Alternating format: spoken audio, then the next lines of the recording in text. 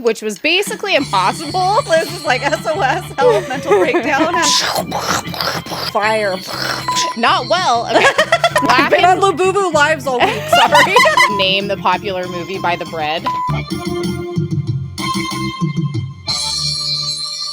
Welcome to the Besties in the Books podcast. I'm Liz. And I'm Ashley, and welcome to what is technically our fourth installment of our Kindred's Curse series. Today we are focusing on Heat of the Everflame, book number 3, which was a doozy. Wow, guys. If you're watching this and you've read it, you know. That was a big boy right there. A big book. For sure. Oh my gosh. Yep. So this is setting us up for the fourth book to be released. Date tentative still, but they're hoping by the end of the year it'll be released, and that will be Burn of the Everflame. So we'll be covering that one as soon as it comes out and we read it. Yes. It's probably going to be a doozy too. Yeah. It couldn't not be. It couldn't not be. Yeah. They're like, 200 pages. Yeah. I'm just going to wrap it up real quick. Like, that would be so disorienting. So today we're going to be discussing all things Heat of the Everflame. So as you guys know, we kicked this series off with Penn Cole's interview. So that was wonderful. If you haven't checked it out, make sure to give that a watch or a listen. We took our deep dives into Spark and Glow of the Everflame, and now we're here with the book that has broken our brains. Pretty much. So it's our first time reading all of these. So everything that we're reacting to each other today, is basically all brand new information to both of us. We've talked about it a little bit ahead of time, but not much. Yeah. If you guys want to follow along even more on our journey, make sure to check us out over at Fable at Besties in the Book Club. We do have the first 2 books available there. And today we'll be doing our usual, reaction and response type video, where we will be focusing on, things we liked and disliked, but with kind of like that, what are the feminist theme overtones and undertones, and also kind of maybe what are our theories and predictions moving forward, because as Penn Cole does, she always leaves us on these insane cliffhangers. Yeah. So here we are. We will start off with our, 15-minute spoiler-free star rating and spice rating. That way you guys know that right out of the gate. And then we will give you, a little warning just to let you know that we're moving into our spoiler section before we get into all that happens. Yeah. In this We're going to give you a summary. We try to make it brief, but guys, it's a lot. But it's a lot. Yeah. If you need a refresher for this book, hopefully this episode will help refresh your memory, because we had to refresh it for sure. Yeah. And on that note, I definitely want to give a huge shout out right here at the top of this episode to Nicole and Allie over at Romantasy Readers podcast. They have an episode called Heat of the Everflame Book Breakdown and Review that you could go watch on YouTube or listen to. And to me, it was one of the best summaries that I've heard, and it definitely really helped me out when I was putting together our 5-sentence summary, which was basically impossible. Yeah. Liz is like, SOS, help, mental breakdown happening. There are just some books that, could I sum this up in 5 sentences? I really could, but it would take out 99% of what happened. So in order for me to actually include some of the important things that happened, it's basically 5 extremely long run-on sentences. So there you go. Just know what you're getting into there. But again, go check out Romantasy Readers podcast. Thank you so much, Nicole and Allie, for putting that together to help my brain not completely explode. We'll have that link down below so you guys could check it out too. Yes. But we'll talk about how excited we are for book 4 and, what we're expecting going forward. But before we get into all that, we just wanted to say thank you so much for being here. Thank you so much for joining us in our Spark of the Everflame journey. If you haven't yet, make sure to like, follow, and subscribe anywhere you like to listen to your favorite podcasts, including YouTube. We have a goal of trying to hit 1,000 subscribers there by the fall, and then we can do something fun over there. So super excited. Thank you guys so much for all of your support. We're at Besties in the Books podcast everywhere, including Instagram and TikTok. And then follow us over on Fable if you want to join some of our buddy reads and our monthly book club. We are at Besties and the Book Club there. So come hang out. Come hang out. Well, should we just start off with our faves and fails of the week this week? What have we been doing? Let's ease in our toes into the waters. Before we get into all the heavy loads. I don't know. Good luck, guys. Okay, yeah. This episode's gonna just be what it is. Like, you know, we can only prepare so much, which was a lot, I will say. This is the thing. It's like, have you seen those funny, like, you know, like reels and stuff where people talk about like, this is me trying my absolute hardest to like, you know, eat healthy and exercise and like be on top of everyone and I'm still average. That's this episode. It's a lot. It's a lot of information. Yeah, it's like, you know, we read the book, we've, you know, talked about it, we even interviewed the author, like we have done the research and it is what it is. So here we are. Just buckle up for a fun ride. Yeah.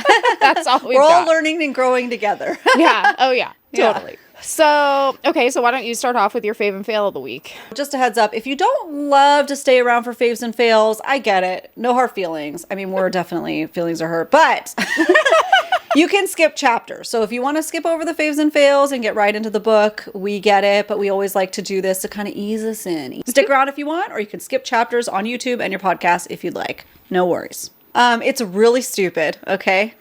Has anybody out there... Mine is kind of stupid, too. Oh, good. Great. Yeah. This is a silly, lighthearted icebreaker. As anybody out there heard of Labubu's? Liz, have you heard of a Labubu? Are those weird little, like, stuffed animal things? Yes. Like, okay. Do you like those? Apparently. Okay. So let me tell you a little story. That's not that, like, out of character for you, I don't feel. Yeah, exactly. Okay, so here's the thing. You know, I peruse TikTok a little bit more than Instagram sometimes. It depends on my mood, you know. Instagram, if I just want some fun prank videos now because Liz has helped me reset my algorithm, that's when I go. When I want to like hear more story times and fashion and things like that, I'm over on TikTok. So the Labubus kept coming up on the TikTok, you know. And I was I have this weird. I'm like the opposite of parasocial relationship. I very much feel like a spectator, not a, like, I'm not in it. Like, I'm just like, watching things as an outsider. I'm not a participant. I'm not a willing participant. So I was watching the Labubus and I saw the, like... Just listening to you say that over and over again I know, is funny. It's going to be weird. Everybody's algorithm is going to show them Labubus now. Sorry. But like, so people like are ragging on them, hating on them, and the people are obsessed with them. And I'm just like, and I would see like all the blind box unboxing, whatever. And I'm just like, oh, cute. Good for you. Like I wasn't even thinking, do I like it? Didn't even cross my mind. I was just like, okay. And then one day, a week ago, I woke up and I realized, wait, I like these. Hang on a second. These are right up my alley. Like, how did I not think of it before? It does seem, like I said, like something you would enjoy. They're creepy. They're cute. Right. I like them. I'm easy to please. What can I say? You know what they remind me of is that little monster from Where the Wild Things Are. Yeah. Mm-hmm. Yeah. Like that's what they look like to me. Mm-hmm. Which is so cute. Yeah. And I think that was like slightly inspired by that, the original artist. Yeah. It's like a mix of things. And then, so, hey, you know, so my fave is that I like them. They're adorable. So cute. My fail is that, oh no, I got another thing to collect. No, I got the bug. Oh, you can't collect them, Liz. Oh, you can't? They're so hard to get. I don't know. This is why it's a fail. Exactly. So I knew just from seeing the random like pop-ups that they're really difficult to get. And there's a bunch of them. Like all of them? Yeah, there's probably like of the regular like $27 blind boxes, there's probably there's 3 series, so 15 different ones. And then, so there's 3 series. Now I know too much. This is my fail. I know too much. I didn't mean to. I did it to myself. So I knew they were hard to get. And then there's like some special editions that I don't really care about. So I knew they were hard to get. I told my husband, who is a baseball card collector and like all things memorabilia collector, hey, do you have any Labubu hookups? Because I don't want to deal with this, you know, because he has friends that I don't like the reselling market, but he has friends that get stuff, you know? And I'm like, you know what? Knowing them in the sports world, they probably heard about this and got a couple that I could probably get. I know a guy, right? He's like, I know a guy that knows a guy. I'm like, hey, do you know a guy? Do you have a Labubu guy? And Jeff's like, oh, I got one. Oh my God. So he texted his friend And he's like, yeah, which one does she want? And I'm like, I honestly, I'm like, I don't even care. Just get me one. They're just cute. I like all of them. They're all adorable. They're just different colors. That's it, right? Oh, they don't have like different like characters with different faces. No, they're all the same faces, just different color schemes. So like the original one that was floating around was kind of like a light brown. And then they have different, like the eyes match. They have light brown eyes, like whatever. So cute. And you can match it to your clothes, whatever. So I'm like, whatever, just get me one. I don't want to think about it. End of story. Done. Just get me one. Great. Then I find out like there's a lot of knockoffs. So then I'm like, oh, I don't want a knockoff though. Yeah. And they're like, real thing. Some of them are scary looking. Actually, now I really want a really bad knockoff because I think they're hilarious. Like there's really creepy ones that me and my daughters were like, because now I got my daughters into it. Whoops. So I said that, and then about 2 days later, he didn't hear back from him. So obviously I had to go and research it myself. Oh no, that was a mistake. And then I find out, oh, I do like certain ones. Like I honestly don't care which one I get, but I do really like these couple of them, you know, like there is a green tie-dye one. Are you looking them up? Yes. Okay. There's one called Serenity in the Big Into Energy. Somebody's listening to this going like, can relate. I know. So she's super cute. There's a secret that will be impossible to get. And he's like a gray, black tie-dye and he has a rainbow face. Aww. So it's like rainbow eyes. And I think the teeth are rainbow. So cute. That will be impossible to get. So I don't care. But so unfortunately, that was, you know, that reel and the TikTok that goes around that's like, this has been a dream of mine for 2 hours. Yeah. This is how I've felt like, because this has been a week now of this, where now I know like how to get, like, I've gotten one. I have gotten one. Oh, and show him to us. I don't have it yet. Oh, okay. I was like, I want to see it. So they have these seated ones. So they're the same characters, but they're sitting down. And I was able to get one on the app that they have because they've changed everything this last week that I got into it. So now you have to get it through an app and you have to pick the box. It's so crazy. Don't get into it, guys. It's too much of my time and energy. I shouldn't be doing this. So I got a seat because I wanted one sitting one since I could be picky now. I just wanted one sitting one, any color. And then because my girls want it, we want the rainbow one. So I'm trying to get a set of that to then because if you get a set, you're guaranteed to not have duplicates. And with girls all in the house, I don't want them fighting, you know, over them. Mm-hmm. So I got the seated one randomly by luck after trying a bunch of random times. You have to be logged in at the right time, like all that stupid stuff. So, crazy. And then they also do TikTok lives where they do secret drops. So that has taken up too much of my life. So I haven't gotten the tie-dye collection yet. I've tried thrice nights now. And the website crashes. It's where you're in like checkout hell. You keep clicking it and it says out of stock, but it's in your cart. So that's what's going on. I did get a special one for my daughter's birthday. There's a cute like Coca-Cola one. So I was able to get that one last night. So once I get the tie-dye collection though, I'm out. I don't want it. But do I want the clothes? Do I want the clothes that you can buy from Etsy for them? Yes, I do. God. Do I want to decorate one for Halloween? Yeah. Oh, that would be kind of cute. So I want to put, when I get my have a seat, I'll set them up here so you guys can see them because that's what I wanted them for, my book room. Mm-hmm. This is cute. I want to make, and I have there's a little hack. See, too much stuff I found out. This is why it's a fail because I don't need another hyperfixation in my life. Yeah. And here I am. So there's like, you know, the mini brands, like the balls. So people will make like little things for them. So I have a bunch of mini books from a mini brand's book ball. Cool. So I'm going to put like him like reading a little book. That's so cute. I love it. I'll do a reel or something for you guys to see. But yep. Okay. Let me know. Raise your hand if you got the Labubu bug. If you didn't, I'm so sorry you're about to. I don't really get it, but like they are really cute. Like I'm looking at this picture of them right now. Just like a couple of them just like eating. Like, listen, it's pretty cute. It'll get you. It'll get you. So that is your fave and your fail of the week. Yeah. Okay. Yeah. Because I didn't mean for this to happen. I just wanted one. Yeah. You know? Well, can't. Famous last words. I still only want 2, but it's just taken too much of my energy and brain space. Did the guy ever get back to you guys or no? Yeah. He still claims he has them, but listen, the guy's a little sketchy, so I'm like, I don't trust him. That's a long story. It's like just a whole bunch hanging inside of his coat, right? You know? Yeah, probably. You know, the trunk I'm of like, his car. I don't know. So, forget it.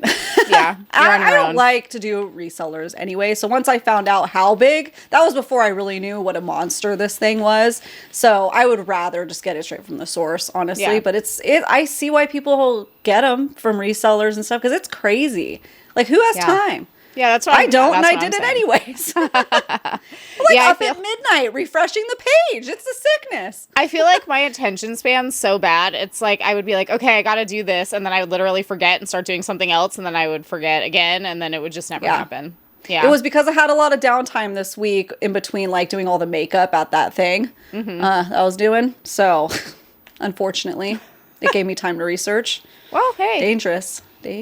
And I it was love too it. loud to, like, read, you know? yeah, So, I needed something that I could do passively. yeah. And unfortunately, that was that. So, love R.I.P. my brain. Okay, what about you? My fail is really weird. I'll send you a picture so that you can insert it because it has since healed. I don't know if you saw me post this to my Instagram story, but I like woke up in the morning and my pinky literally looked like it had been like smashed in a car door. No, I did not see that. It was crazy, like black. I've been on Labubu Lives all week. Sorry. Sorry, didn't book see- fam. Oh, I'm sorry. Your whole life doesn't revolve around Jeez. my effed up pinky finger. Yeah, Okay. but oh my gosh, I'm a horrible friend. What Well, happened? I don't know. That is what the interesting fail is that like literally my finger is like black and blue. It didn't hurt at all, which was really bizarre. And I have no idea how it happened. And when did it go away? It just like went away the last couple days and now you can't It see lasted it anymore. a couple days though? Yeah. Your pinky was black and blue. Yeah. Only your pinky. That's, Well, you could kind of see like a little bit of a bruise, like on my middle finger too, like my upper knuckle a little bit, but it was mainly my pinky, and I have no recollection of how this could have occurred. Huh. Yeah. Because, like, to be your pinky, like, to smash your finger in something, oh, you remember Right. that. Right. That's what I'm Because saying. bruises can take a while to show up. It could take, like, 12 hours sometimes. Nothing happened the day or night before that you remember. Nope. Kanan just accidentally body slammed you in the middle of the night and you didn't know. Just on my pinky. Just your pinky? The Yeah. aliens finally abducted me. Just that my has pinky. to be it. Yeah. I have no clue what happened. So yeah, like I said, I'll text you a Weird. picture and you can put it on the YouTube video because like literally it was crazy. Like I'm not exaggerating. Like I posted on my story and everyone was like, "Are you okay?" I'm like, "Yeah, I'm fine. I don't know what happened. I literally Yeah. don't know what happened." So, It's like, did you fall asleep on it and it bruised you somehow? Are you vitamin deficient in anything? I don't It's think a little so. crazy. yeah, That's weird. Well, if it happens weird. again, you're going to need to take a visit to the doctor. Sorry. my pinky 'Cause, keeps like, getting that's bruised not normal. mysteriously. Imagine they're like, "Okay, great. He's what like, are we gonna sorry, do it's for just you?" aliens. You're fine. Go to Yeah. bed. So that was my weird fail of the week. I don't know. Yeah. Because, it's like the mysteries of the universe. We'll just add it to the list. Yeah. Yeah, of the unexplained. So my... We're over 35. That's what's happening. We're nearing 40. Honestly, weird stuff's just going to start happening. Probably. Great. That's probably true. Yeah. So my fave of the week is movies again. So here is your proof that movies are making a comeback finally. Go to the movies. Please Do it. so that not all of our movie theaters will just close and become a thing of the past. I know. I love them. Went and saw 28 Years Later. Yep. And it was so good. I was shocked to find out that you haven't seen any of those movies being a zombie person. That's I so know. crazy to me. Didn't fully know it was more zombie-esque. I know it's rage virus. I get it. It's but, zombies, whatever. It's zombies. They're all viruses. Yeah, it's literally Yeah. zombies. Like, say what you want, but like that's what it is, and I will die on that Yeah. hill. And now I want to watch them for sure. So You should. It might be like a fall watch. Yeah, for that's me. a good idea. I was thinking Vibey. that. I was thinking of doing like a little marathon or whatever. It was great. So it's been definitely getting a lot of like criticism for sure. But this Yeah. is all I will say. Well, two things. I'll say two things. I went in with zero expectation that Aaron Taylor Johnson would not ruin the movie with his acting, with his abysmal acting skills. Okay. Yeah. I was like, dude is so pretty, but like literally ruins everything with his attempt at dramatic acting. Okay. For some reason, he was great. Oh, good. So I'm Got some lessons. so you can act, you just don't. He's just in a terrified state all the time. So it was just him. It was just like actually how he is. His real personality. He was great. 10 out of 10 acting for him. I feel like, that made the movie really good. So I don't know if like you're a die-hard like 28, days later fan or whatever, if you're gonna like it as well. Like if you're looking at it from like, I don't know, all the like really specific like cinematic qualities. But if you're going to just be entertained and like a good movie, then I think you'll probably like it. If you like those like horror zombie movies or whatever. So yeah, fully enjoyed that. So I will say that. So he did not ruin the movie. He was great. The second thing I'll say about it is that the ending was really bizarre and like took a strange turn. So I won't give any spoilers away, but people are saying like the ending was like a jump scare, but like not in the way that you would expect. And I would implore you to perhaps think that maybe it had something to do with like the overall overarching theme of like who has really lost their humanity in this grand scheme of things.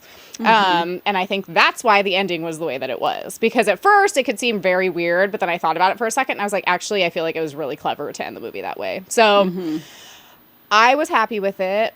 The other movie I went and saw this week was How to Train Your Dragon. Oh, so is this like live action? Yes. Okay, I don't know how I've missed all the trailers for it because we are all about that. But because you've seen How to Train Your Dragon, the animated we one. watched the first one and then like the holiday special, and we really liked it. Yeah. Okay, yeah, the second one is really good too. But yeah, I love the animated ones. This was excellent. Like, literally, I have zero criticisms about this movie. And I guess, one of my friends was telling me about how the person who made the movie, or I don't know, the director, whatever, like, was like, I don't want to change a bunch of stuff because everyone loves the animated version. So I'm just going to make a live action version that's, like, very true to the original story. And that's exactly what it is. Yeah. And so it was amazing, beautiful, like such a good story. And like I love the fact that Gerard Butler like literally plays the dad in the live action because he does the voice in the animated version, and just adds a little something that Gerard Butler like dad Viking, you know what I mean? Like it adds a little something for like us adult ladies too. So yeah, it was great. Highly recommend everyone go watch I mean, they were just two great movies. I'll go take my girls this weekend. Yeah, go see it.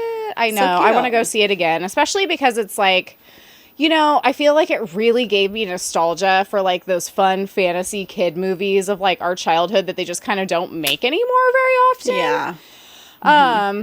Just those epic like flying scenes where they're up on the dragon for the first time. And it was just really cool and like very magical. So I definitely I would like to go see it in the movie theater a second time just because it's a experience, Yeah.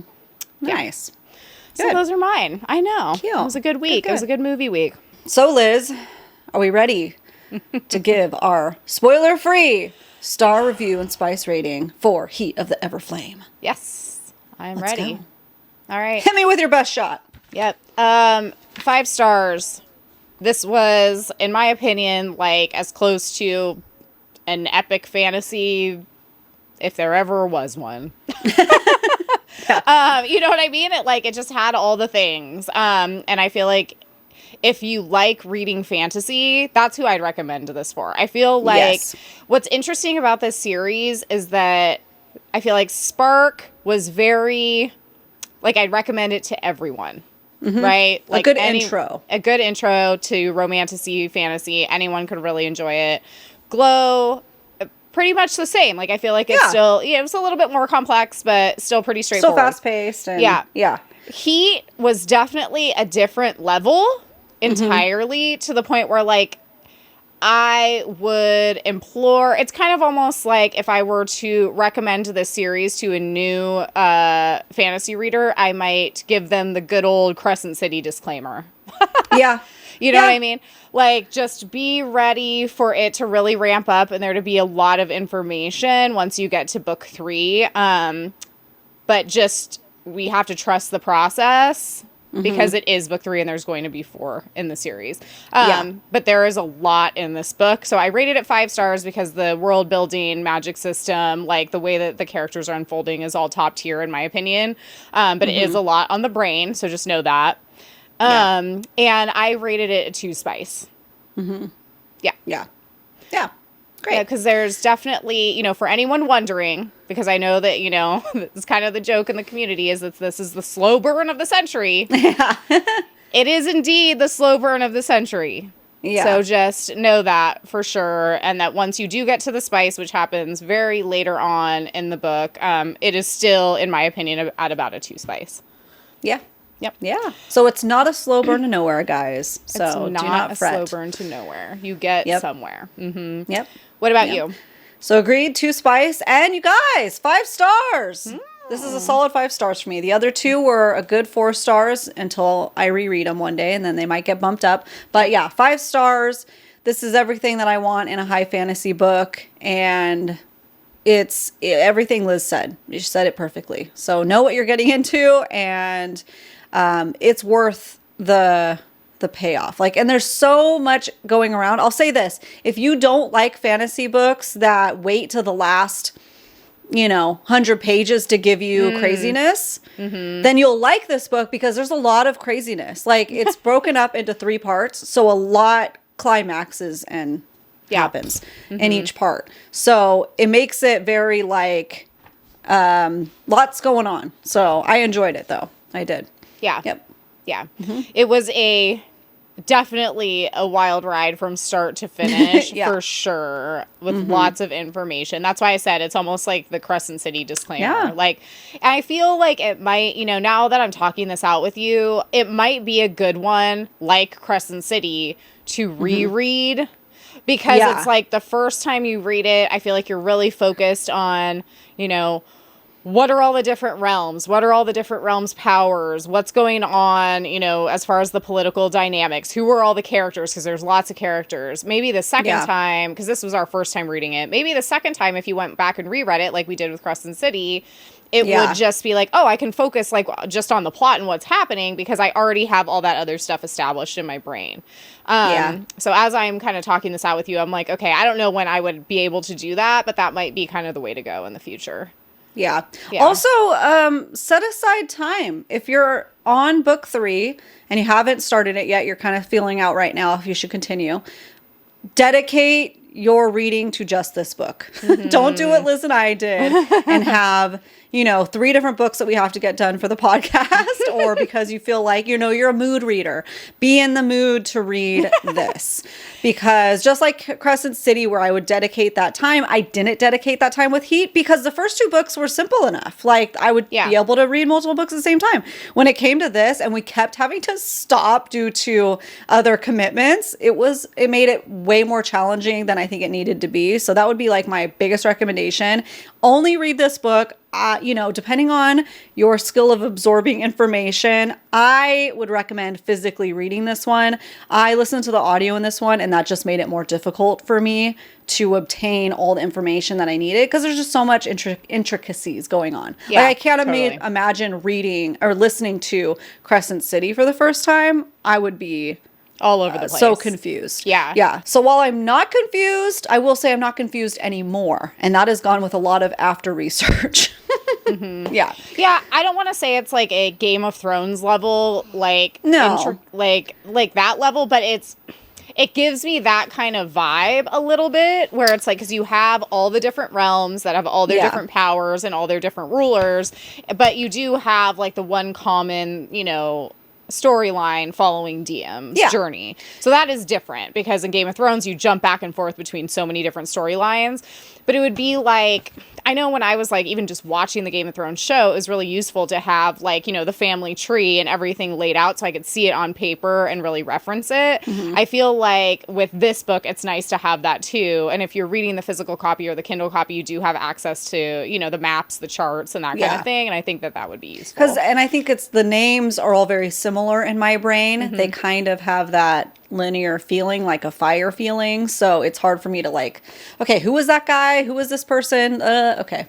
Like that. Yeah, so. It's not as differentiated in my mind either. Yeah. And maybe for some people it would be as like, let's say, to use ACOTAR as an example, it's very obvious who's in the night court and who's in the spring court. And exactly. It's not that clear.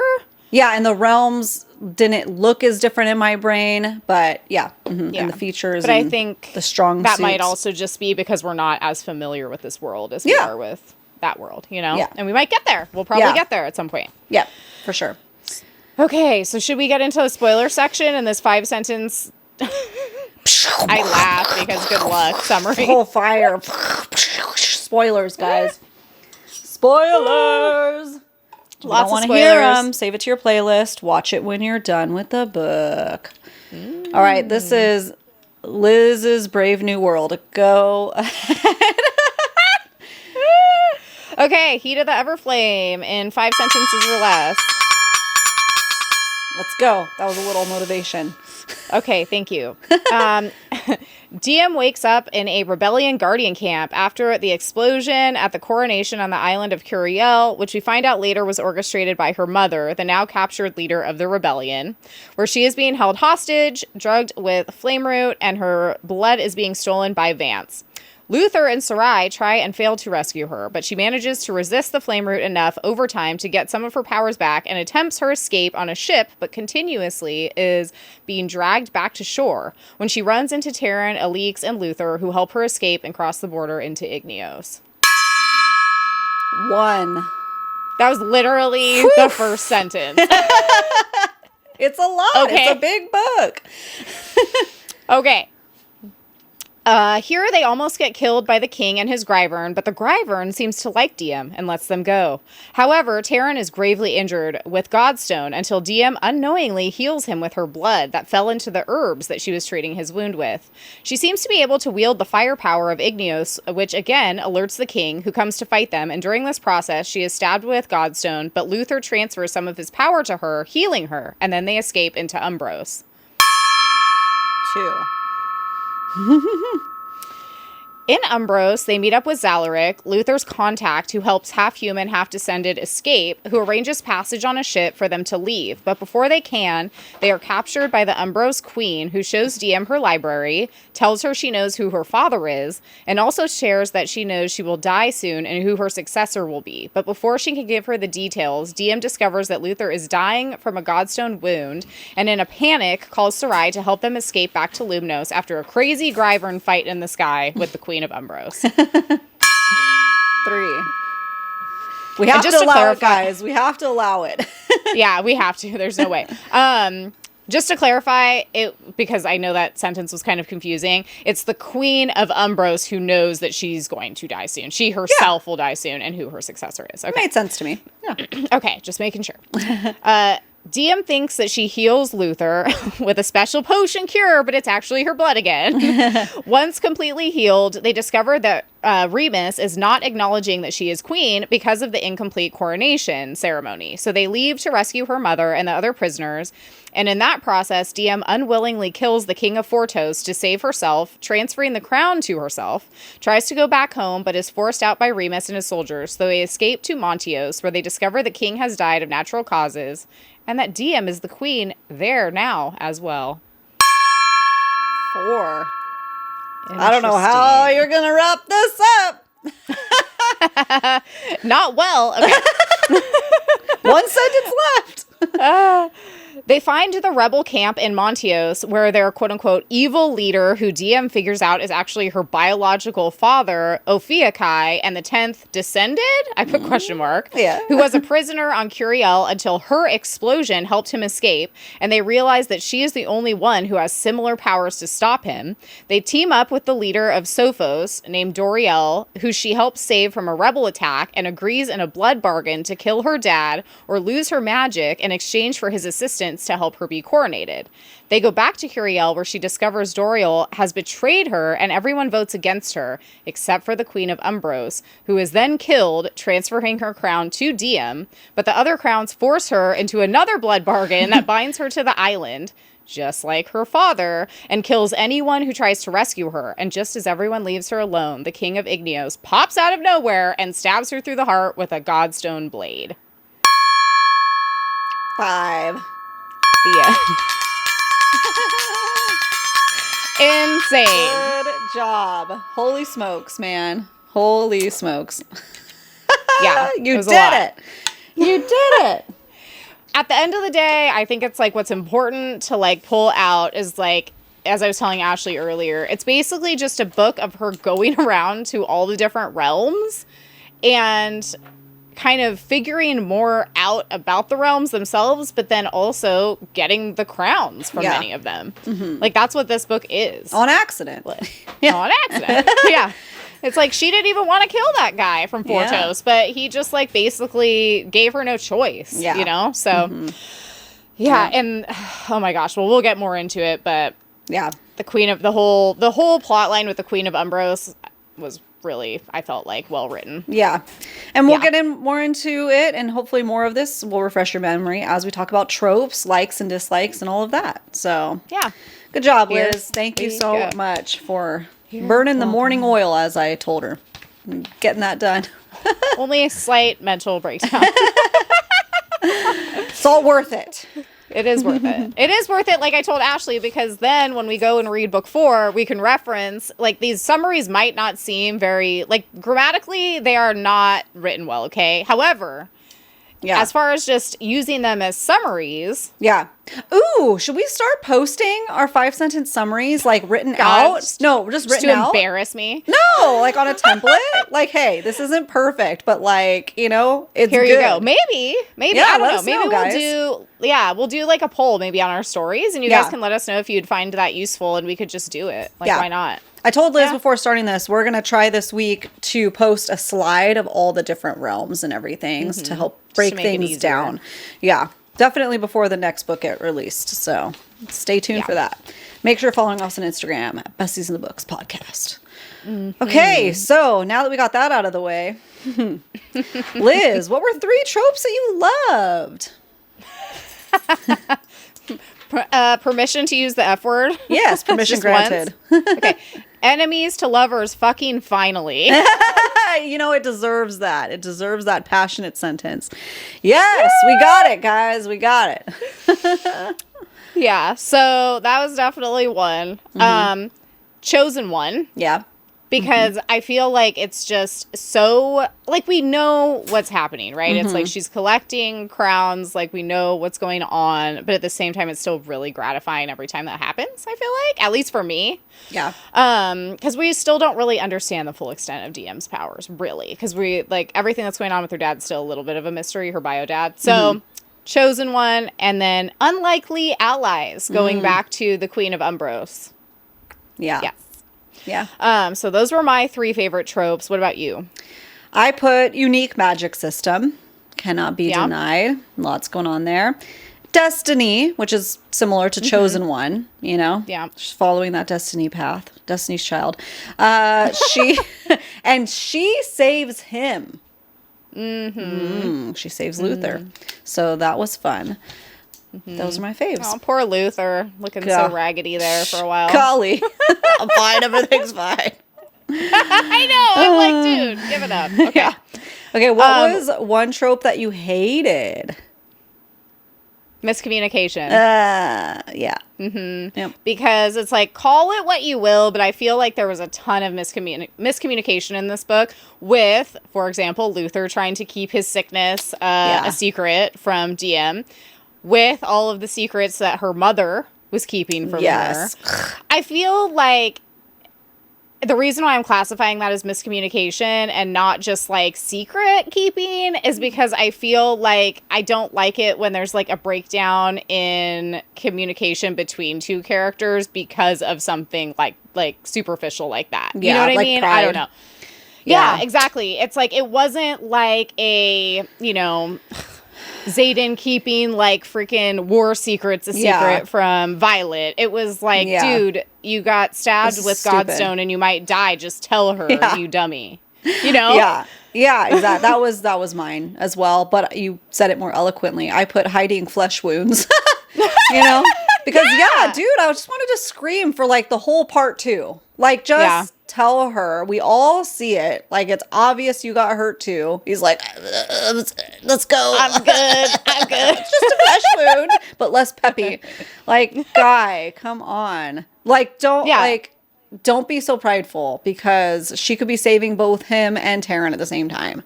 She's freaking well, Taryn so was pretty much okay by then. You know what I mean? It's like, get over it. Also, the whole like lady in his room, and then she thinks that he's like hooking up with her. Come on, give me a break. I didn't like that. Yeah, I didn't either. That's what I'm saying. Miscommunication. That's what that is.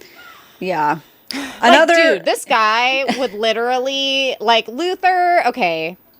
We'll talk about it a little bit. I guess now is just as good of a time as any. I really enjoy Luther's character a lot. You know, he's a good guy. Obviously, we like him. He's a well-written character. But sometimes I'm like, the stuff he does just kind of gives me a weird, like, I don't want to say it's a full ick because it's not a full ick, but it is a little bit.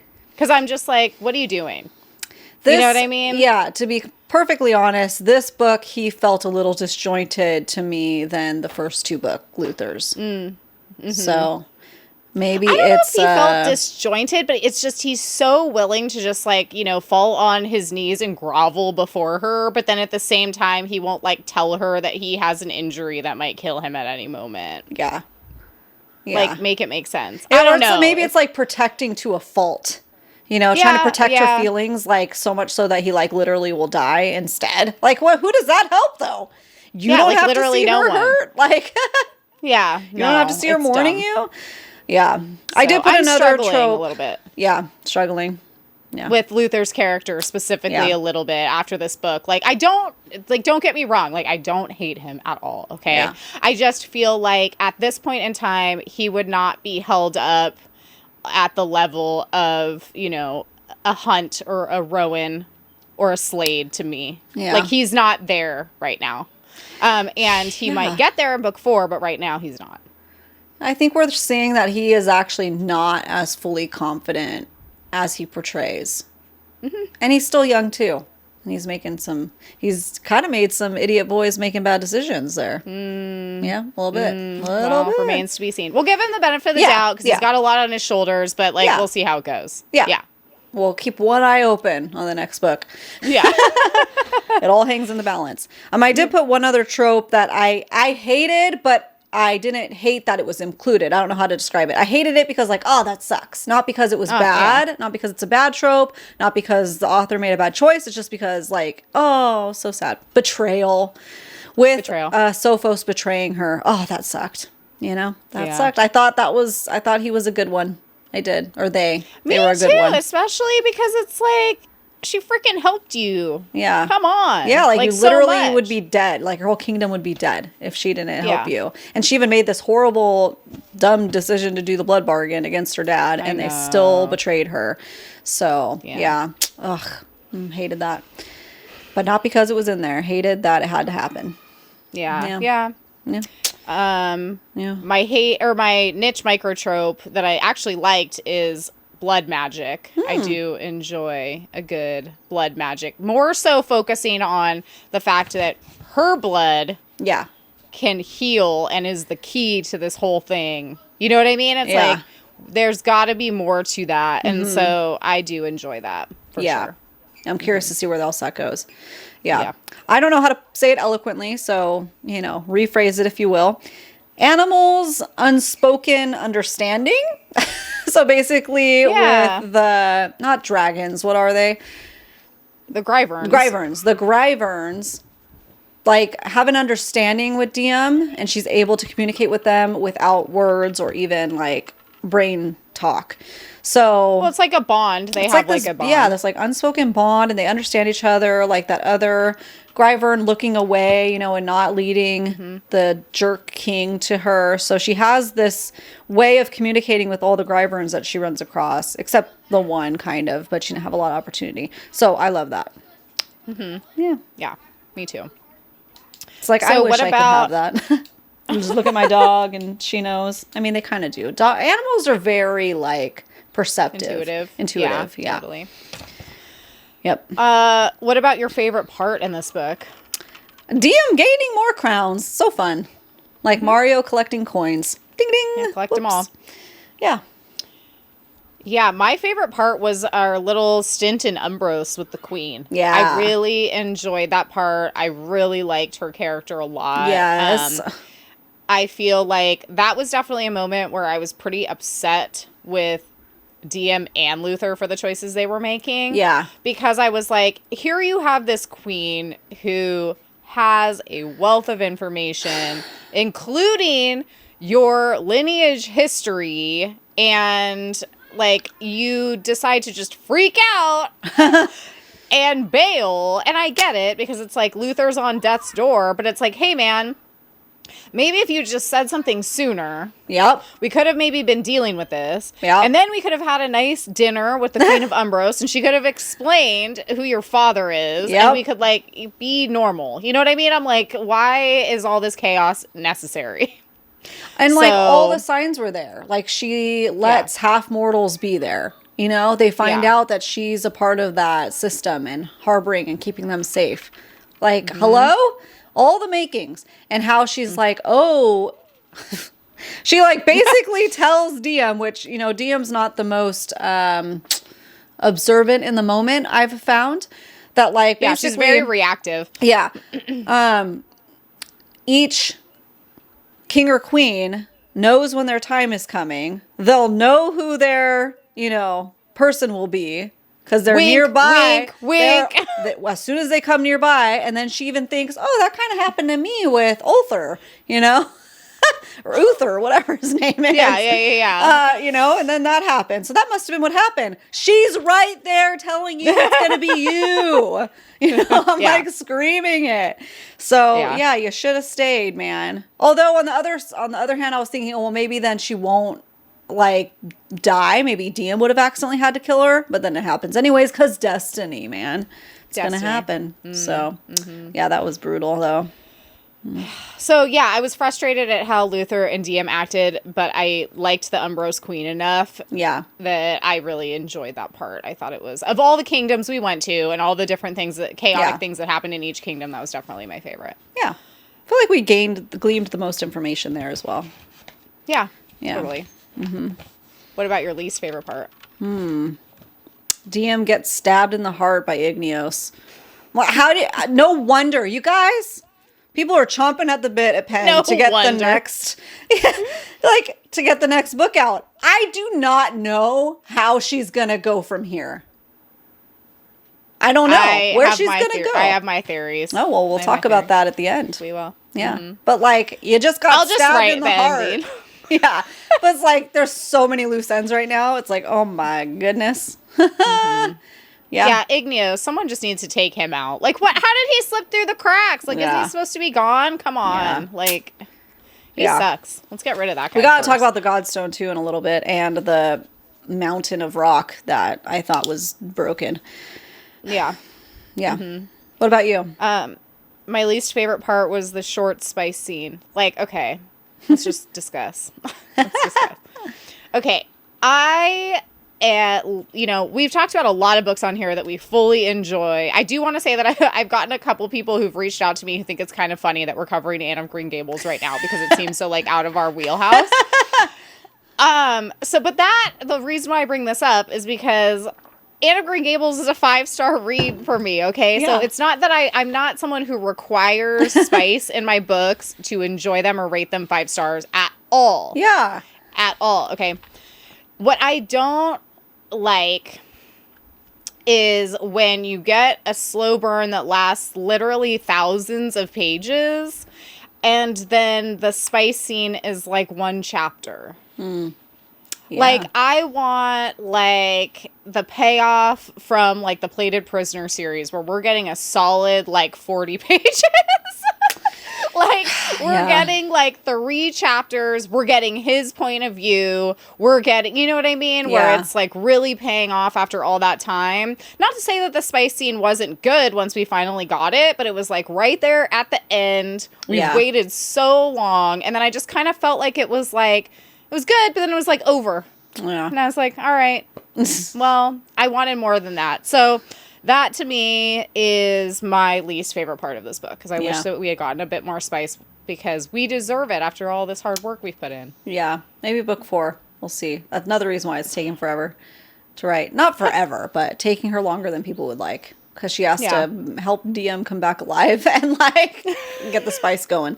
Ramp it up. Come back alive. Yeah. I mean, I will say, you bring up Plated Prince Learner, though, and I'm on book 4 now, and there's still not a lot of spice. So that's book 4. But yeah, but that's book 4. So I'm saying there's still a chance. Yeah. I mean, because how there's many spice, are in? I but finished not it. for like the main, people. You know what I'm saying? Yeah. So. But that's what I'm saying is when you get to it, it's everything you could have hoped and dreamed for. I think this is just the start. I don't know how, though. I don't know how this is going to... I mean, she's literally stranding on an island like freaking Pirates of the Caribbean with Orlando Bloom stuck on the island, and she can only visit him once a year. It's not great. It's not looking good. So what about your favorite character from this book? Favorite character would be Taryn, her bestie. And I love the love banter and the flirting between him and Zalaric. And the so good. It's so cute. Yeah, that kind of mean flirtation I love. Yeah. Teasing, Yep, I love it. Yeah, it's like, do they hate each other? No. Or do they love each other? Oh, they love each other. He's just messing with them. Zalark is just messing with them so hard, so it's so funny. I love it. It's cute. Because he falls for it every time. Yeah, I put Zalaric as my favorite character, or the Umbros Queen. They were kind of tied. Yeah. Loved her. I wanted more of her, though. And we're too bad. I know. Too bad. Dead. Sucks. Too bad. Yeah, I know. When she died, I was bummed for sure. Yeah. I was like, I really wanted to see that alliance go somewhere really cool. I think you texted me, she's kind of like a Maeve, but if Maeve was actually good, Yeah, exactly. And I mean, we all have our theories about Maeve, so that's a whole different discussion. That's true, but she definitely was that vibe. Like putting on a front of this, mean lady for her safety of her people, but actually she's awesome. Yeah. Well, it's like also you kind of have to think, obviously there's a lot of misogyny going on in this world. So it's like, what does she have to do to maintain this persona to be taken seriously in this world too, So yeah. It brings up those kind of questions. Who is your most hated, least favorite character in this book? Easy. Diem's mom. I don't even know her name. Couldn't stand her. Orly. Oh, great. That lady. Mrs. Bellator. Mrs. Bellator. Dude. Insufferable. I didn't even like her, the discussion they had around the campfire. She's like, I don't like anything about her. So, and I thought I would like her because, at the beginning we thought, it's very much Diem's perspective of like looking up to her mom, like, oh, she's so secretive in a cool way, and then we find out she's just a freaking mess. And she's so annoying about Luther and like she is annoying withholding about Luther. information. And then like that's some crazy stuff to just drop real quick.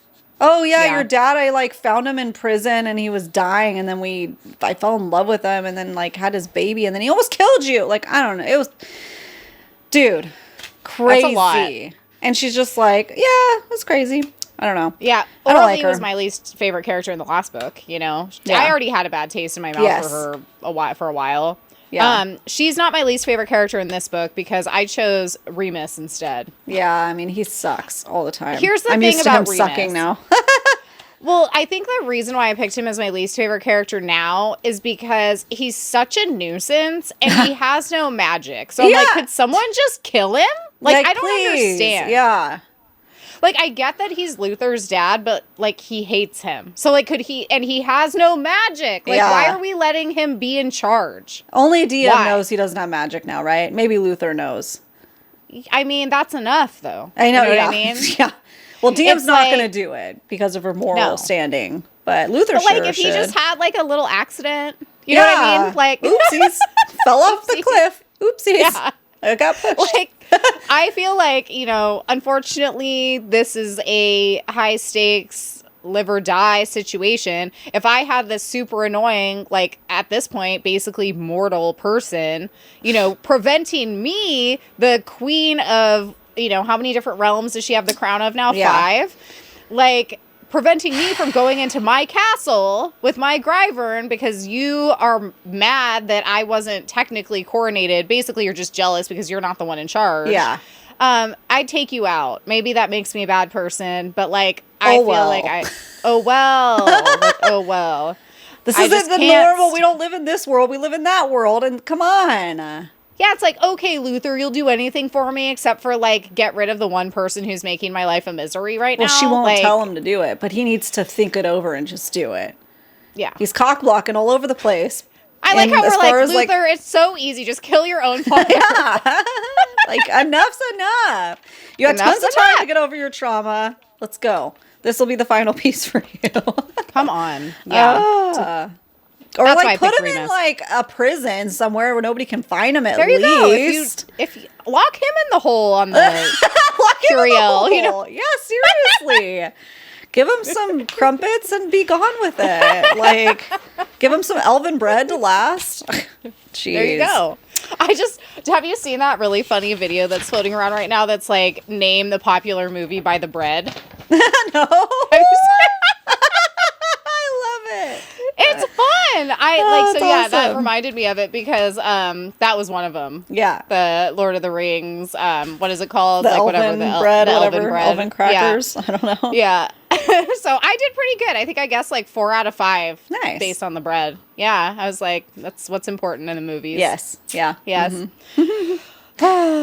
Okay. What else do we have here? Feminist themes, Liz. Feminist themes. Okay.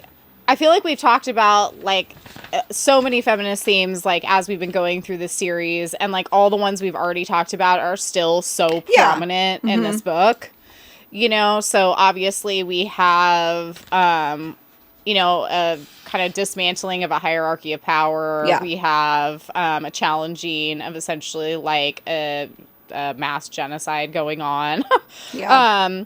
We have the one that I put that really stood out to me in this book in particular, though, was first female queen. Yeah. In certain realms, or just kind of like that idea that women can't lead. And even though all the evidence proves to the contrary. Yeah. So I wrote a quote down about this specifically because I thought it was really interesting. So this is when she's speaking with the king of Fortos. Okay. "Where are the female commanders?" I asked. The king flicked me a sour look. "Blessed Father Fortos saw fit to make our men fighters and our women healers. Healers don't make commanders." There was oh so much I wanted to say, and the fact that his most prized descended were the select few who were neither male nor female, and thus carried both sides of the Fortos gifts. About the fact that my mother, a healer, was the leader of his greatest enemy, the same group that had bested him on the island. About the fact that this woman, this healer, had just made a king-shaped dent in his fortress walls. But I knew men like him. I'd outsmarted and outmatched them all of my life. They didn't trifle with silly things like logic or reason. They were bullies, and bullies only responded to fear. Yeah.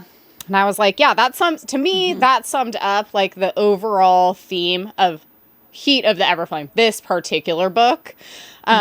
Because this book is all about her, like we just talked about, going around collecting crowns, and what that means when you're a woman in so many different realms taking crowns where historically that wouldn't have been a thing. Yeah, definitely.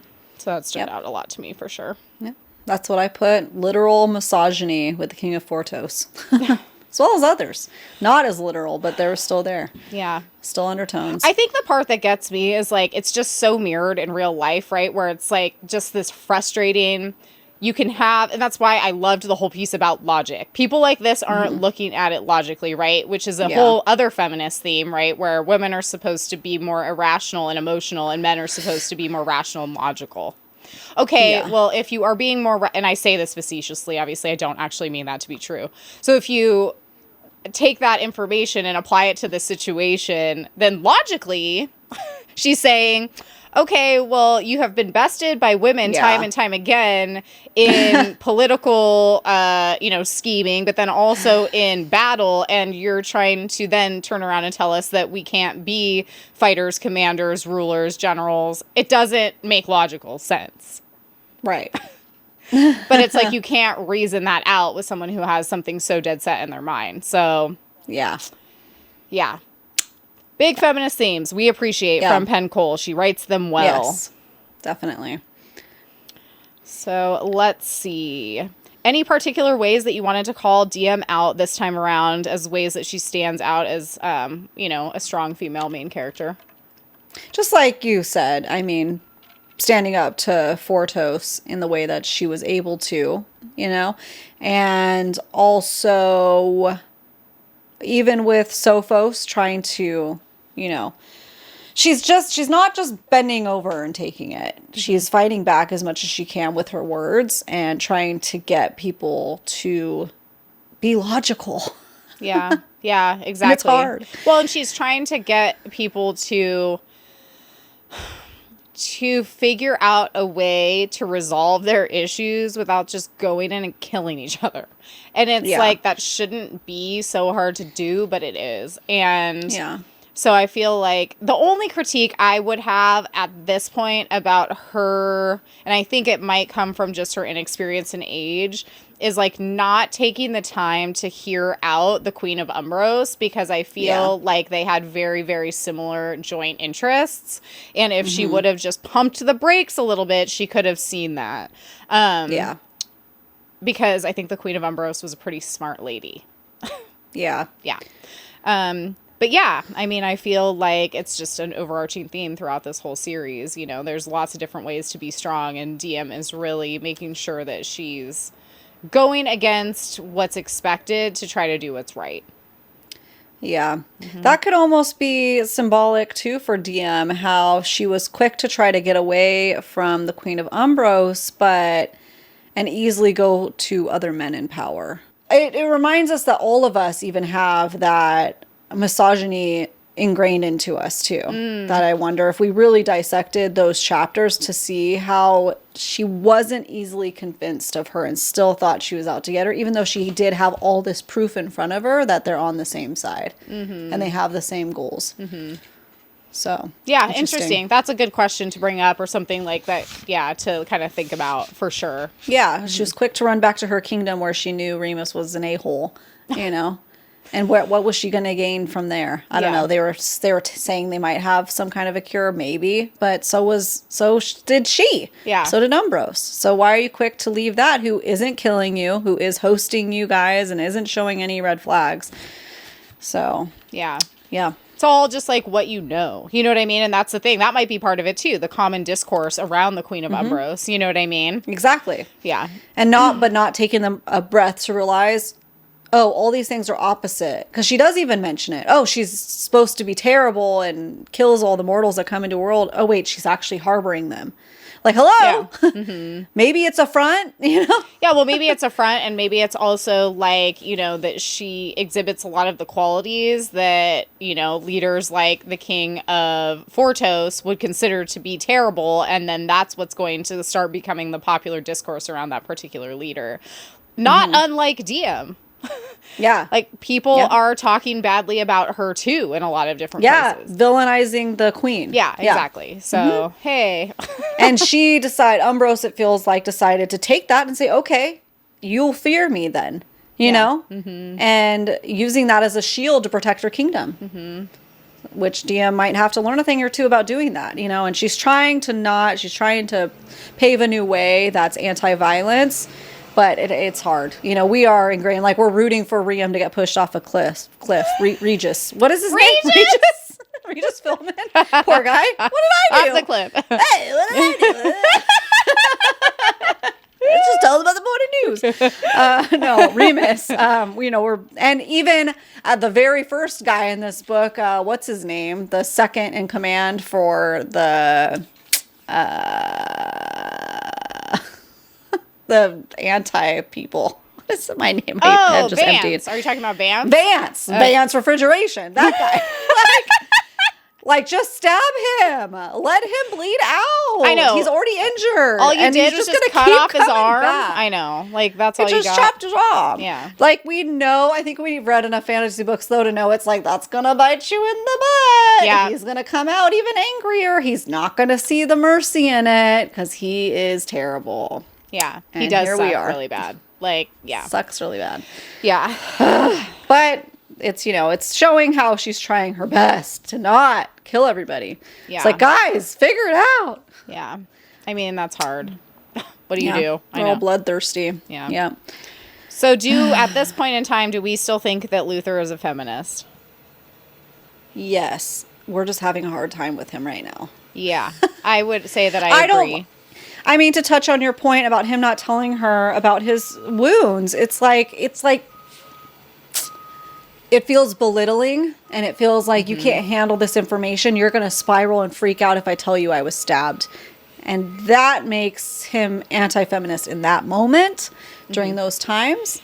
It's like, how to best describe it? It's like, by shielding her from the applicable information, you're not considering her to be like an equal. Yeah. Or smart enough, or emotionally like intelligent enough. Yeah, exactly. To handle It's like, you're not going to be able to handle it. Because I can't think of any other reason why he would try to shield her from that information, other than, I don't want her to freak out and spiral, you know? Yeah. Or it's like, maybe it's not that deep, and he's just like, oh, I can handle it myself. But you're like, you're going to die. And then what? Yeah. Yeah. Like, who are you saving? Yeah. Because she can either try her best to help you and have to live with the fact that she wasn't able to, and that's okay. Or like, oh, great, he just keeled over and died and I didn't even know. That's so much worse. It's not giving, it's like not giving her the opportunity to make her own choices is what it is. Which is what a lot of people have a problem with Rhysand in that popular book series. Yes. Not giving her the choice to make her own decisions, to have her own emotions. Yeah. And for her, she would have, well, we know she was able to save him, but like, let's get that done sooner. Yeah. It doesn't need to drag out. So much strife. Yeah.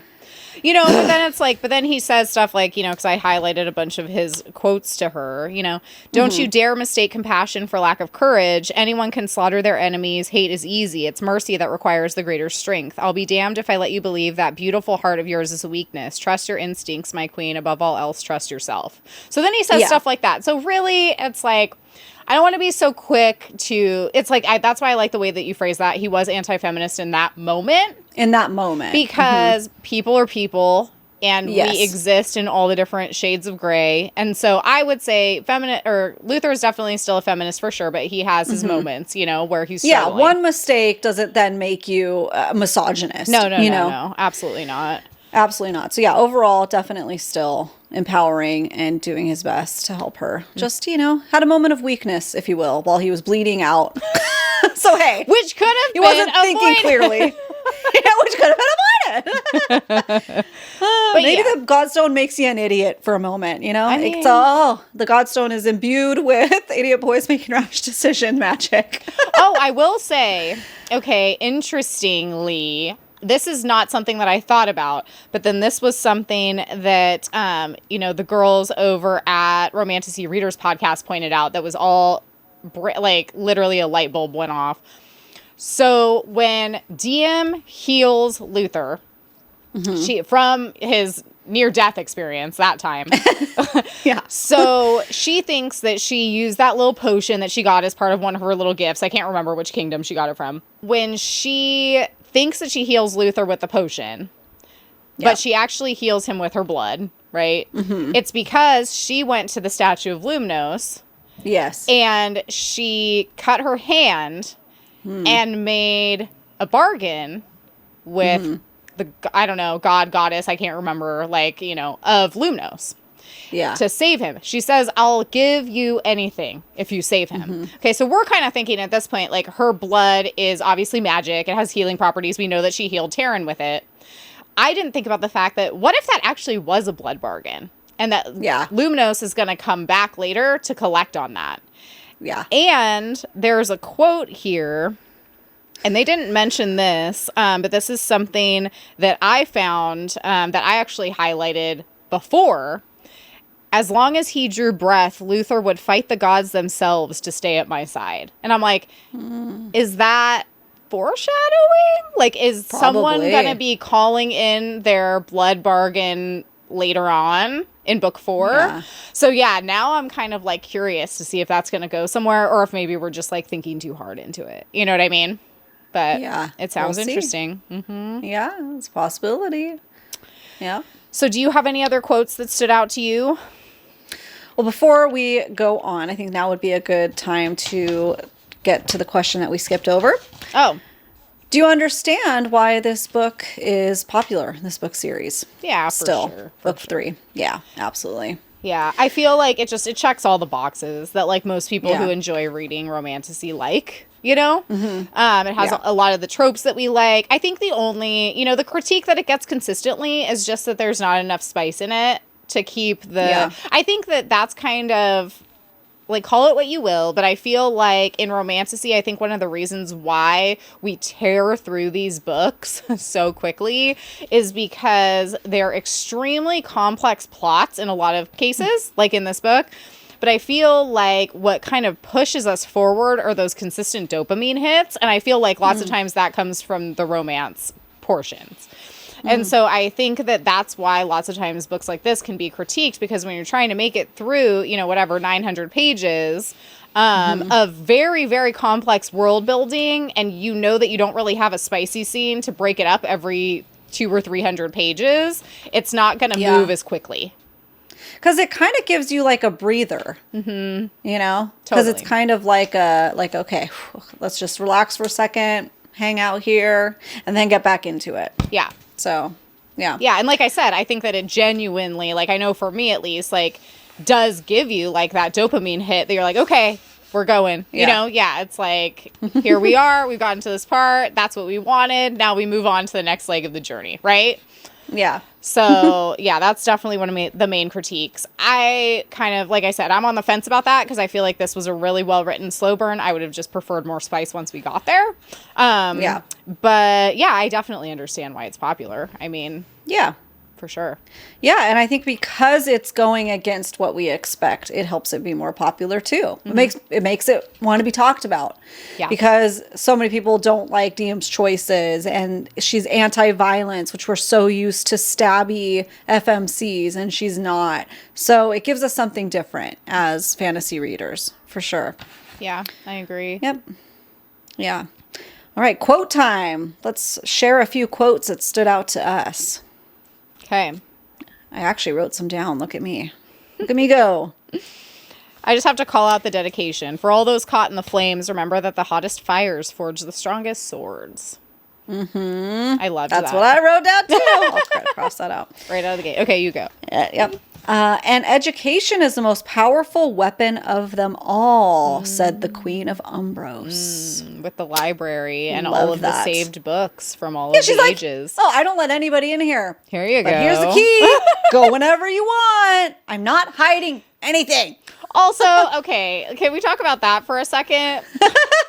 I love that, like, she has a bunch of essentially banned literature, right?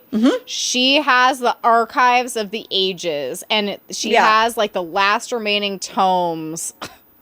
And Luther and Diem are like, well, this is when we're gonna start doing it.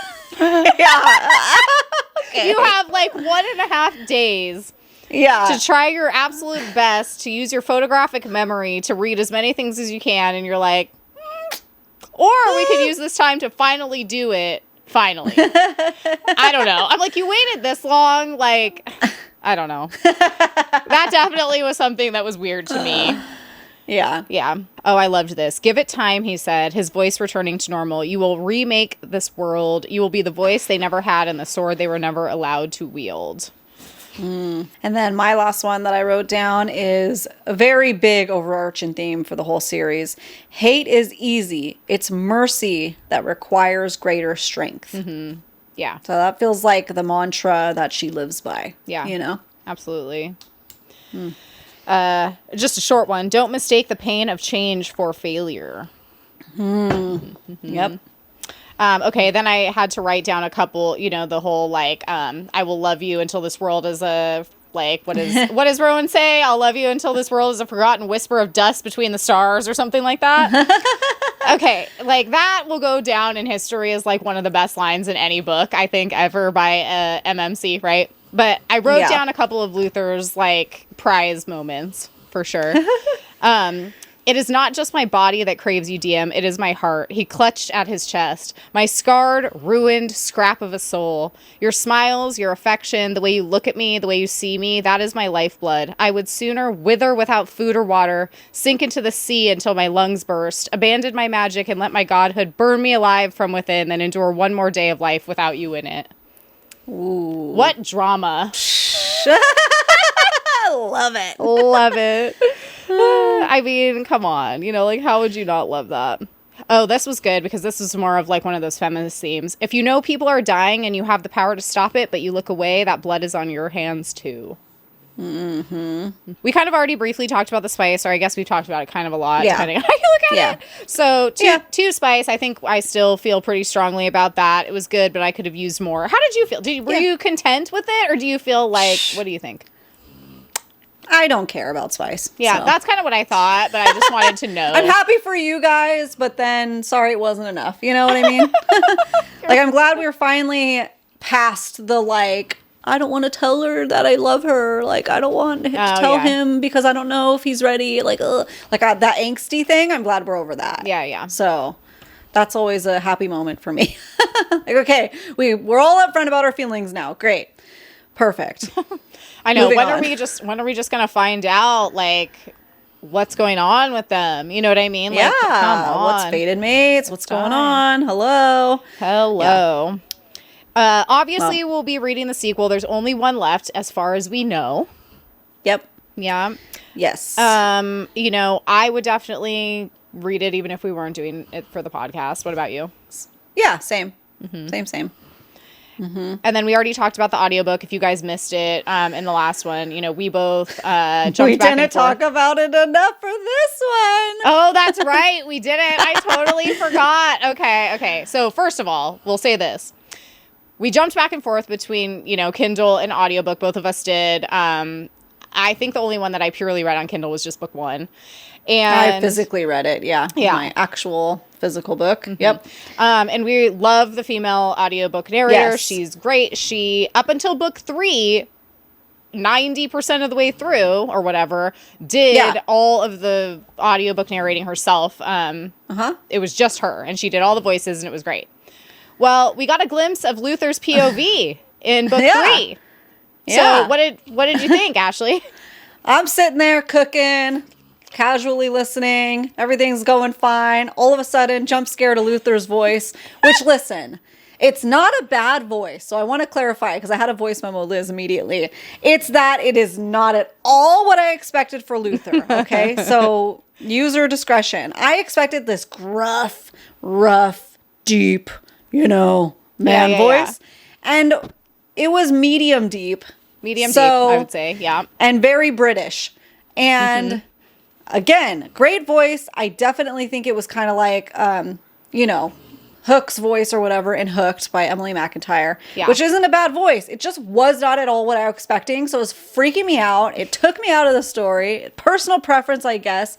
But I do remember DM saying something about their fancy way of speaking in the first book. Yeah. So I understand why the British, what's it called? Accent was chosen. It's just the gruffiness for me. So I was also really looking forward to his voice. I know. So when it didn't click the same, I was disappointed and it took me out. But oh well. What are you going to do? So my critique is I was really looking forward to the dual narration as well, because when I downloaded book 3, I was like, oh, there's 2 names on this one. Interesting. You know? Yeah. But as I said before, I think we got 1 chapter in his POV, maybe. Like, it was, like, very short, very, like, barely anything. So I was a little disappointed in that. I would have liked more.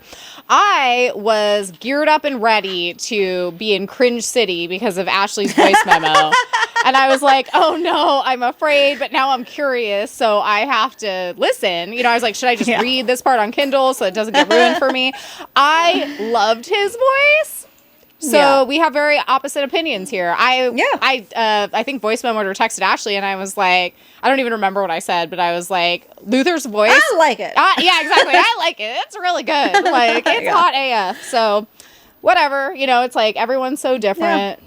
So I'm like, so basically at the end of this review, you now know nothing. It might be good or not. Exactly. Audiobook, sure. I mean, honestly, still, I would choose to read it, you know, because of how much information is there. Yeah. And might have helped you with going into listening because I underhyped it so much or something, like opposite effect where the bar's low now. So you're thinking it's going to be like top Terrible. of the morning to you, Yeah. you know, like Leprechaun. And it's, you know, just a normal dude.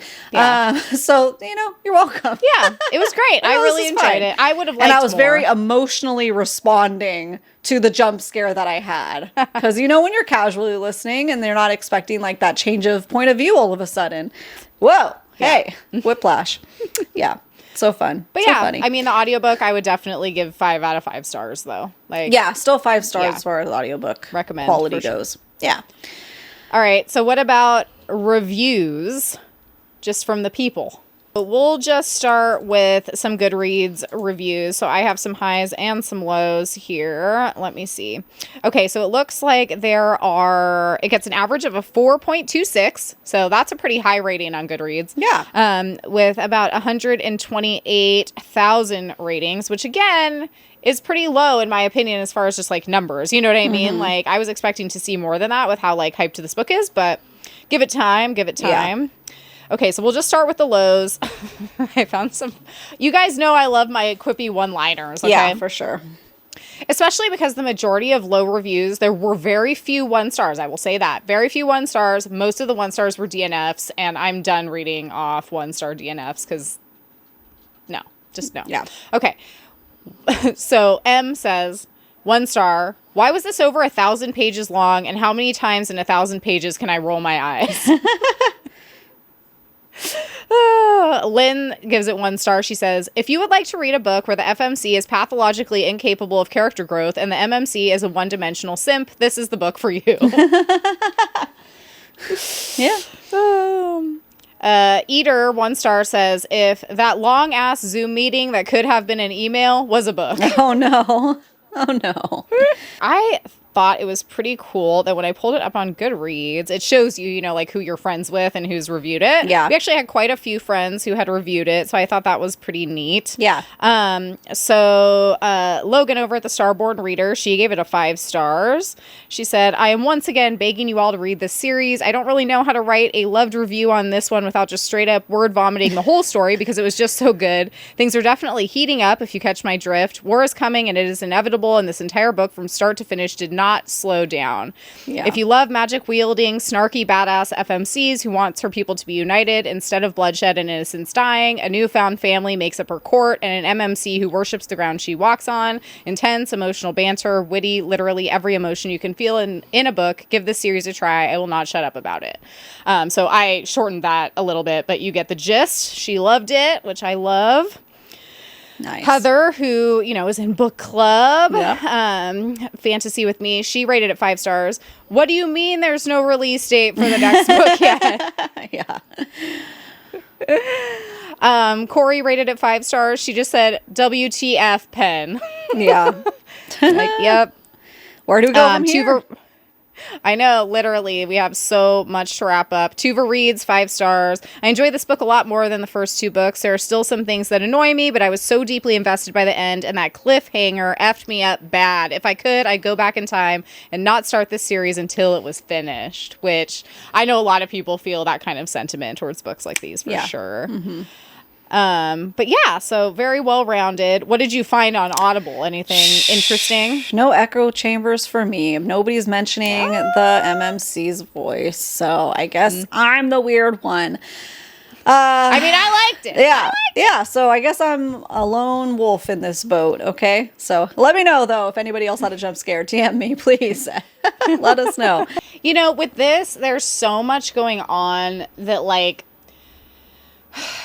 I just really don't want to end up in like an Onyx Storm situation. So I'm like, literally, please just, if it even takes another 2 years for this book to come out, it wouldn't even bother me. Yeah. I would just be happy that it's like the finished product that she really wants. I mean, Raven Kennedy did that with Plated Prisoner, where we were all expecting the final book to come out, and she just came out and said, there's so much going on. I have to release this in 2 different books. So it's actually going to be a whole nother year before the ending comes out. And like, I am so glad she did that because it was perfect when I read Goldfinch. You know what I mean? So it's like, that's what I want to happen here. Yeah. In a world of Netflix is dropping the entire series at once, we need to remember that that's not normal as far as art goes, you know? Yeah, and especially not something of this level. Yeah, art of good caliber can take time. Not to say you can't pump it out, because you can. Sometimes it just flows out and it's easy. But sometimes it doesn't, and you want to make sure, because, everybody knows our experience with the Fourth Wing series took a turn. You know, it seemed rushed for the last 2 books that came out, and it would have been so much better, I think, if more time. Obviously, people love it, so we're in the side that didn't, but we're okay with it taking time, or else because if the author feels the pressure, then it will be rushed, and that's what it feels like, that the pressure and the heat is on, no pun intended. And I know for me, I shut down if that happens. Like, I then if I have all this pressure mounting over me, it's like, okay, then I'm just gonna go take a nap. I can't handle this stress. And it creatively, I would be stunted if I had all these expectations now thrown at me. She went viral, and meeting all those expectations while staying true to the story is going to be difficult to navigate through, and it's just a different layer. So she might have been ready to do it, and then, oh no, I got a lot of pressure now, to make this successful and check off everybody's boxes without disappointing. So we need to take a deep breath and know that we started this series before it was finished, and it's going to be okay. Yeah. Yep. So do you have any last words or thoughts or theories or predictions? For last words, and then we'll do theories and predictions, because that doesn't make any sense. But no, I want to talk a second about, I don't understand how she essentially destroyed it's not the Godstone, but what's the mountain that she put her hand on and her blood destroyed the stone that, I don't remember the names of everything. So she did that, but then they went back to it for her coronation, and it's fine? I'm a little confused on that. Well, it was the Godstone that exploded when she touched it during the coronation at the end of book 2. Right. So, but then they went back to it at book 3 when they were giving her crown. Yeah, they went back to the island. I don't know if they were necessarily at the stone itself. Okay. I don't know. Now that you bring that up, I'm kind of interested too, because it seemed kind of like an integral part of that whole ceremony ritual process. Right. That's an unanswered question that I have. More so. Yeah, maybe it's just a pile of rocks now, and that's okay. They're like, I don't know. It's fine. It's fine. Yeah. I don't know. Maybe that's something that I missed too. That's interesting because I didn't really think about that, but maybe it's not vital that it just be in one big piece. I don't know. Yeah. A little confused. Questions. Maybe we'll find out in the next one. Yeah. Huh. Do you have any other unanswered questions with that? I mean, I don't have any unanswered questions that aren't supposed to be unanswered right now. You know what I mean? I think that it's all just kind of the same stuff. I'm still curious about those visions that she has. Yeah. And now, because the sword that she got, wasn't it the sword that she saw in the vision that she had of her and Luther? Okay. What's that about, guys? Yeah. I need to know, because we know that we love a good sword imbued with magic. Yeah. What is the connection with this sword? I think that was the one thing that was kind of tugging on my brain, but I know we're not supposed to know yet. So yeah, and the battlefield, especially since she's so anti-violence, what is that about? How... I don't know how she's going to do this. I don't know how she's going to do book 4. I don't. I know. I don't. Me neither. But yeah, I'd say, other than the usual questions, where are things going with her dad? Where are things going with Luther? Etc. How is she going to...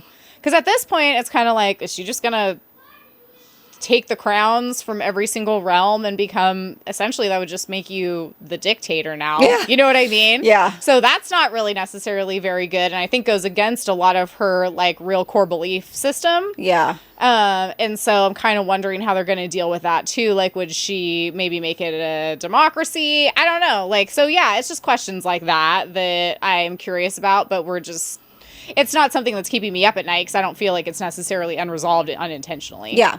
So with that said, yeah, let's talk theories and predictions. So theories, is her real father, which his name is, what again? Ophiuchus. Ophiuchus. I was pretty close. Ophiuchus. Yeah. Is he an original, like, god that came down? Or is he a descended, like maybe the immediate descended?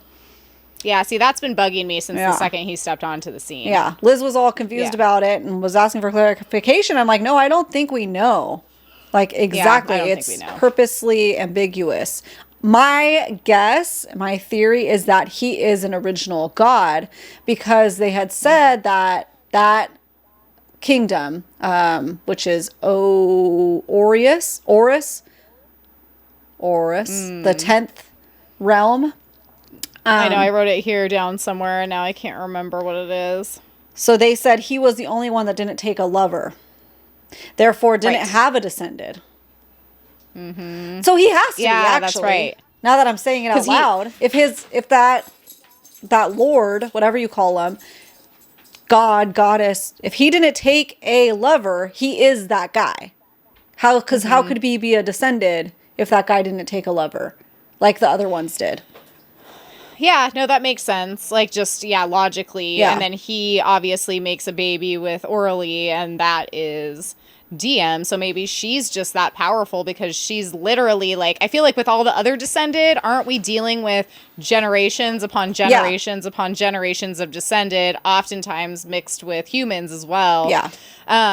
But if this is the case, then that would mean that DM is literally a direct daughter of an original god, which would explain why she's so powerful. And we also know that they tried through eugenics to snuff out any half-breeds, as they call them, the half-mortals, because they said it would dilute their powers. But we know that some of the most powerful descended, we are finding out, are half-mortal, such as Luther, such as DM. Such as even that one guy. He's very powerful as well. Like, he could literally hear people through walls. Zalaric. So all these people, they're finding out. So, because you had a question about, well, how is she more powerful than her dad? And I think it's because she's half mortal. So, that makes sense when you say it like now talking it out, he has to be the original god. And I think that, they feared him. I don't exactly know why they put him in that cell, but they were worried because he didn't take a lover that he was going to try to take over all the kingdoms. Yeah, I was going to say, my inclination would be because he can wield the magic of all the kingdoms. Yeah. Just like she can. Yeah. And that must have freaked them out because that makes him inherently more powerful than them. And if you don't have a lover, you can't be manipulated, So is he misunderstood? It sounds like that. That's my theory. Yeah. That's my theory. He was misunderstood and then trapped in this freaking hole, as you call it, for like ever, centuries and centuries and centuries. You get a little cuckoo for Cocoa Puffs down there, and then you're going to be out for blood, for real, literally. Yeah. So that would be, because it's like history repeating itself, because look at what's happening with DM. Yes. Yeah. She even says, like, the worst that could happen is that I get trapped on this island and I turn into my father. Yeah. And it's because now she's being kept from her love, Yeah, exactly. So my theory is that Ophiuchus is not actually evil. Yeah. Agreed. That's why when I did my 5-sentence summary, I said evil? ? Because, it's like, if you were locked in a prison cell underground on an island with no one for hundreds and hundreds and hundreds of years, you'd probably want some revenge once you popped out of there, too. Yeah. You know what I mean? Yep. Especially if he was wrongfully imprisoned, because what did we find out when she goes to the island for her coronation and everyone turns on her? Except for Umbros, as we found out, it's all just a political conspiracy. Everyone just wants to keep the status quo. No one wants to actually improve anything. They just want to keep their power. Yeah. And so maybe he was challenging that as DM is doing now. Well, because if he's an original god, they never wanted it to be like this. We have that come up several times. They were supposed to be protectors of the mortals and intermingle. They were not supposed to cause this segregation. And I think what probably happened with the intermingling is they became more powerful than the gods or the direct descendants. So they needed to snuff that out before they got overtaken. Yep. Yeah, corruption. Totally. Corruption at its finest. So hopefully my theory is something with her blood. She'll be able to break how they bound her to it. She's so much more powerful than all of these things. And we know she has blood magic and all these different types of magic. So she should be able to get out of this situation, you know? Yeah. There's a theory that Fantasy Fangirls actually posted on like a story that I thought was interesting about how I think they were alluding to how she might be able to get out of the situation. That in the library, after, you know, their fun time together, he actually gave his blood oath or whatever it's called in this world, like he accepted the bond secretly, where he was saying it in his head, and because he accidentally like falls and slices himself open, so that's giving the blood. So he accepted his side of the bargain. And then in the final scene, I would need to reread it, I'm going off of what they said. In the final scene, in the final moment right before she gets stabbed, she's watching him fly away. She's kind of saying these profound words about giving her life and accepting his, and then she gets stabbed in the heart, which is the same spot that he has a scar too. Oh yeah. So there's theory is, and I kind of agree with that, is maybe something with having that bond be in place. Maybe somehow that'll save her or something like that. Or make it to where he's so immune. He can come back or something like that. Because they're of two halves making a whole. So if she has to be there, he's able to come back, and he probably gets desperate and risks his life. Maybe we'll see, you know, and finds out he could be there. That's very Luther. Yeah.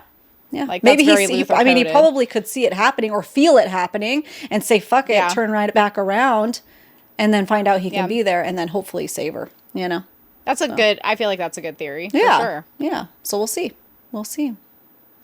I feel like, okay, so my theory would be that, okay, so I wasn't sure how she was going to get off the island. I like that theory, though. That makes sense to me. Yeah. You know, that they've got some kind of connection. They're fated mates, whatever. And that makes it to where he's immune from, you know, getting killed if he comes onto the island. That makes sense for sure. Yeah. I would like to see her and her bio dad hook up to not maybe rule together, but fight this war together. Yeah. With a joint interest. Like, I want her to, like, figure out that he actually was essentially persecuted for his belief system and not wanting this to go down the way it did. So that's why they locked him up, because they're corrupt. Yeah. She's like, okay, yeah, they did the same thing to me. Maybe this is something that needs to change. Yeah. They end up working together to some degree, but then because of her blood oath, she ends up having to kill him. Even though now they're on the same side, and it's a very dramatic. Yeah, I'm sure it's going to be like, I need to go. Like, I've lived long enough. Yeah, he martyrs himself almost, like, for the sake of the greater good. Mm-hmm. Yeah, I feel like that would be something that would make sense to me, and that would make for a very dramatic, you know, turn of events. Yeah. But I'm hoping they don't remain enemies for too long, because I think that they have a common interest. Yeah, for sure. Yeah. They need to you know, go to some counseling and some therapy. Go to some family therapy hour. Yeah, for sure. So any other theories or predictions, or do you feel like that's about covers it? Not about covers it. That's all that I got. Mm-hmm. That's all that I got. So, okay, Smash or Pass time. Ding, ding, ding, ding. Let's go. Unhinged, Smash or Pass time. Well, hey, I just have to know, because we've been talking about him so much. My Smash or Pass was Ophiuchi. Smash. No, pass. Okay. Ooh, I'm undecided right now. Because you have to decide with the information you have. Okay, because I first picture, you know, like the guy from Aladdin that's in the prison. That is not him. Okay. That's not him. And then I picture like this big brute, like the guy in Mulan, the evil guy. Yeah. So right now it's a pass, but we'll see. Interesting. See, I picture freaking, what's his name from Lord of the Rings? Hot, tall blondie. What's his name? Oh. It's going to drive me crazy. Which one? Which one? Thranduil. How do you say his name? I don't. This guy. Lee Pace. With the eyebrows. Yeah. That's how I picture her dad. Oh, interesting. Like, to That's look totally like that. different than what I pictured. Yeah, I'm like, because he's like, I mean, essentially probably immortal or as close to immortal as possible. So why would he look decrepit? No, yeah, he wouldn't. It's just my own brain. No, but even the second vision that I have of him isn't right for me. So, you know. Well, he's a smash for me right now. I'm giving him the benefit of the doubt. Mm-hmm. He needs to deal with some trauma first, and then it might change for me. He's a little quick to stab right now. Although he was coming around to her. He was soft for his daughter, so that's nice. Well, yeah, I was going to say, he gave her the mark so that she couldn't be harmed. Yeah. So maybe check back next book. See if I change my mind. Okay, for me, I have a very unhinged one for you. That's nothing to do with any of this. So, Finding Nemo, and you might have to look this up. The scarred fish in the fish tank. And he has a very deep and gruff voice, and he's scarred on the face. Yeah, I don't remember him at all because it's been about 10,000 years since I watched This is definitely a hear me out cake type of dude. So it's a smash for me. He's very salty and grumpy. From Finding Nemo, you said? Scarred fish, Finding Nemo. You guys know that are watching. Oh, you know. No. Yeah. I recognize him. Yeah. He's like the black and yellow guy. Yeah. This guy. Yeah, he's like a naysayer. And he's like, we got to get out of here. Yeah, smash for sure. If I was a fish, for sure. Fish, just fish it up. Yeah, he's got like a scar across his eye. Obviously, we're a sucker for a guy with a freaking scar across his eye, Luther. Yeah. See, it was somewhat tied in. Yes, subconsciously. Scars. Here's a fish with a scar. How about that? How about that? Yep. Well, here we are. That's crazy to me that, like, literally we've now covered Spark, Glow, and Heat of the Everflame, and now we're just going to be waiting on book 4, and we'll cover that whenever it comes out. Yeah. We did it. And an interview. What a time. We did it. And an interview. That's so exciting. Yeah. Thank you guys so much for joining us in this ride, this fiery ride. We appreciate your time that you took out of your day and your book to come and join us today. Make sure to leave a comment either on Spotify now or YouTube, letting us know, what do we want to know? Let's leave them a question for those that stayed at the end. I don't know. Any theories? Yeah. Leave us a comment of your theories. If you can't think of a theory, leave us a flame emoji. Why not? There we go. Then we'll know. We'll know the real ones who stayed till the end. Thank you guys again so much for watching. Make sure to like, follow, and subscribe anywhere you like to listen to your favorite podcast, including YouTube. And we're on Instagram and TikTok at Besties in the Book Club. No, Besties in the Books podcast. Besties in the Book Club at Fable. On Fable. But there you go. All right, guys. Thank you so much, and we'll see you next Tuesday. Bye.